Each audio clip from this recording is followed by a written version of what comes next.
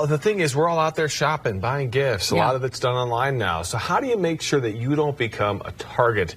Dr. J. Michael Skiba, a.k.a. Dr. Fraud, as he's known, is joining us with some tips, because that's your job, that's your gig. You're out there trying to find these scams and help protect people, which we appreciate. What should we be watching out for this season specifically? Yes, well, good morning, Kirkley and Ashley. Great to see you. And yeah, I think, right now we are just naturally vulnerable. We have a lot going on with the holidays. It makes us just really vulnerable on many fronts. And I think the hot ones right now are charity scams, that is, giving to illegitimate charities that the scammers are posting. They're posting imposter websites. But also gift card scams are common, and shopping, online shopping in these auction sites, like Facebook Marketplace and Poshmark. They're pretty much across the board. The scammers are focusing on all these areas. And, it seems to get worse year after year. Are we hitting the breaking point? I mean, is it that bad that it's worse than ever before?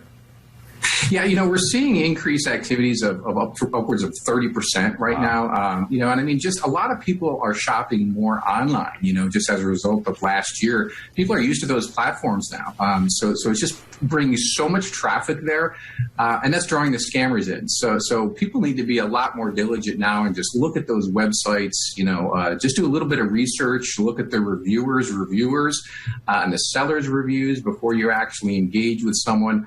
And try not to release as much personal information, because a lot of times they're not only looking for money from you, but they're looking for those key pieces of information, maybe, financial records or a date of birth, which they can either use themselves or sell on the, on the dark web. Well, what's interesting is that as we see more and more of this fraud, there's certainly more and more awareness of fraud and of these scams.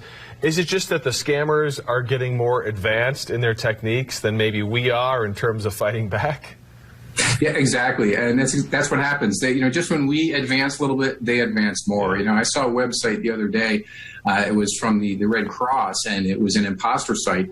And I mean, it took me a good, 3-4 minutes to actually find, the little snippets in there that were an indicator to me, because they're getting very good. You're the expert. Yeah, exactly. Right. So, I mean, just as a consumer, quickly buying things from their phone, I mean, it's unfortunate, consumers have to just take that extra step, and take a look before they actually engage.